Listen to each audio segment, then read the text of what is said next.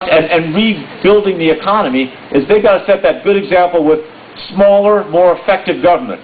And we'd like to try and help each county, if we get elected, to make sure that each county does their own economic development plan so that they can all build the size and the shape of their future that they want. And, you know, get not just the economic development professionals, but the Rotary clubs and the real estate agents and the insurance agents, and everybody over the course of 8 or 10 months saying, all right, where do we want to be in 20 years? Where do we want to be in 50 years? What are our strengths and our weaknesses, our threats and our opportunities? You know, how do we want this community to grow? And I think once we get all the counties to do that, and we make sure they learn the facts that we are, you know, a pro-business state, then we can take those county economic development plans and make them into regional plans. The state has 9 districts, 9 economic development regions, and then we can build those into one state plan that's from the bottom up, that everybody believes in. And I think ultimately we all have to recognize that if we're going to turn this state around, we have to be pro-business. Now, in a state like Colorado, we'd be fools not to hold ourselves to the highest possible protections of the environment. We've got to be pro-environment, but we can also be pro-business. And I've been all over the state. Literally nobody wants to raise taxes in this economy, and yet every part of the state budget is underwater, right? There's not enough money for education, there's not enough money for transportation, for health care, for higher ed. I mean, literally everything is seriously underfunded, and yet, since you're not going to raise taxes, you have to be pro-business. So you, again, have to hold business to the highest ethical standards. You have to protect the environment, make serious consequences for those those companies that pollute, but we have to be pro-business. And I think in so doing that kind of an economic development plan, we create a brand for Colorado that it's not just about ski resorts. And some young entrepreneur is out in New York or in LA and they've got a great idea for a business. Colorado should be a place where they think, that would be a great place for me to start this business and get some other young employees and raise families and build our lives. And Colorado's always been a place that's attracted young people. Well, I think we need to attract young businesses as well. And if we push ourselves, I think we can come out of this economy probably stronger, certainly as strong, but maybe stronger than any other state in the country. Now, I think in some weird way I've got a background, the fact that I did get laid off, and I did build a business from scratch and make a payroll. I know how to balance risk versus reward, and we've been able to show that I've dealt with red tape inside and outside of government, both as a restaurateur. You want to talk about red tape, let any restaurateur tell you how many inspections they get. But we've also been able to look at how do you take those principles and make them work in government, and that's going to be the challenge. I think if I can get people focused on that, we can win this election. Now, I will warn you, this is my second campaign of my whole life. So I never, as he said, never ran for student council or class president. I ran for mayor in 2003. Nobody ran against me in 2007. So I'm going to need a ton of help, and we are going to run a positive campaign, right?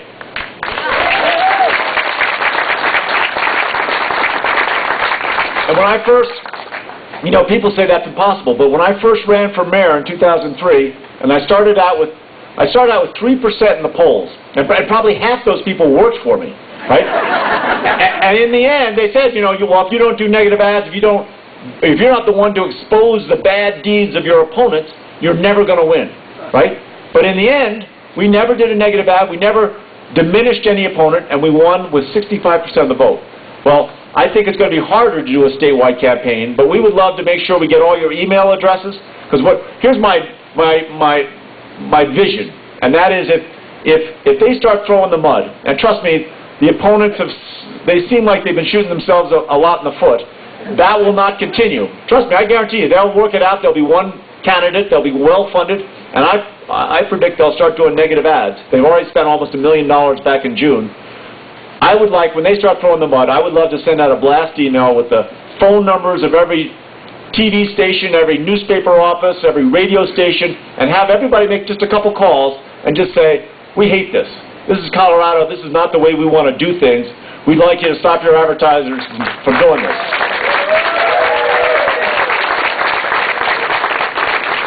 And maybe I'm naive, maybe we won't get it done, but But in the end, what do we got to lose? A couple emails, a couple phone calls. If we do it, we'd be the first state, we'd be the first campaign in a statewide race in the last 30 years to win a statewide election with an all-positive campaign. That would be in the Wall Street Journal, the New York Times. It becomes part of our brand, part of our identity, another statement that Colorado does things in a different way.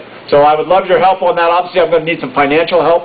It takes 3 or 4 positive ads to bounce off a negative ad. So, you know, I know a lot of you have written checks already, but I'm going to keep pleading, keep coercing to try and keep raising money, because that's part of what keeps us on. Now, somebody just a little while ago but says, well, do you really think you can do the positive campaign? Can you win? Yeah, we can win, and we can do a positive campaign. And again, when I was first running for mayor, I used to carry this clipping from the newspaper, from the Denver Post, and I've told this story probably several hundred times, but it was about a professor of public speaking up at the University of Wyoming in Laramie, and she asked her class, she was trying to explain to them the importance of using opposites. If you talk about the worst of times, you talk about the best of times. If you talk about the agony, you talk about the ecstasy. The words gain power by being together. And she asked her class what was the opposite of despair. And a kid raised her hand and goes, joy? She goes, exactly. If you want people to feel despair, you use joy in the same sentence. The words gain emotional impact by their proximity. Then she said, what's the opposite of woe? And the kid way in the back goes, giddy up! And the bottom line is, whether you're talking about running a restaurant or turning around a state economy or winning a statewide campaign with a positive election, the opposite of woe is to giddy up. And with your help, we will giddy up across Colorado. Thank you very, very much.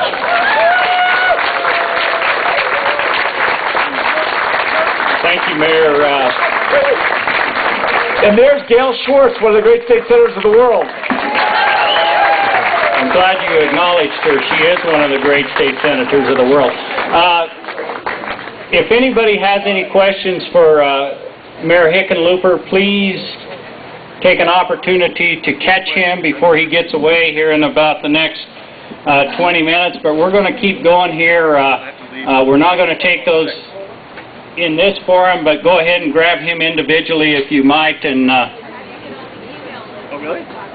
Okay, how do you get on the email list that I'm sure some of the folks here will be able to help everybody out here?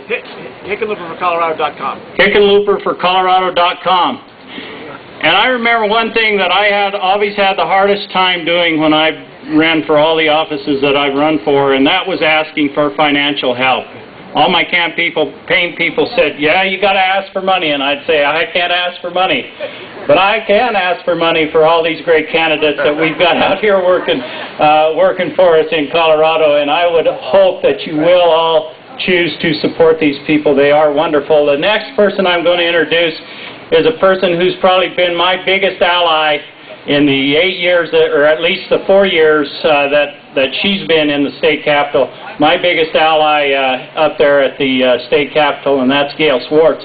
Gail and I were on the campaign trail 4 years ago, and I remember at that point in time, Commissioner Jerry Mallett and Commissioner Jim Osborne and I were trying to preserve this wonderful resource here that you see right next to us, and that's water flowing in this Arkansas River. And we were doing that through a recreational in-channel diversion. And we found that we were getting absolutely stonewalled at the state level, and we were in a really bad way.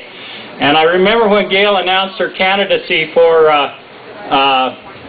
the state senate, and we were at the Salida Middle School, and after Gail spoke, I said, Salida doesn't have an awful lot in common with Snowmass Village, and Chaffee County doesn't have an awful lot in common with Pickton County, but I can tell you one thing that I sure want to have in common with them, and that's Gail Schwartz. And that was the best comment and the best prophecy I think I've ever had, because the opportunity to work with Gail over those 4 years has been incredible.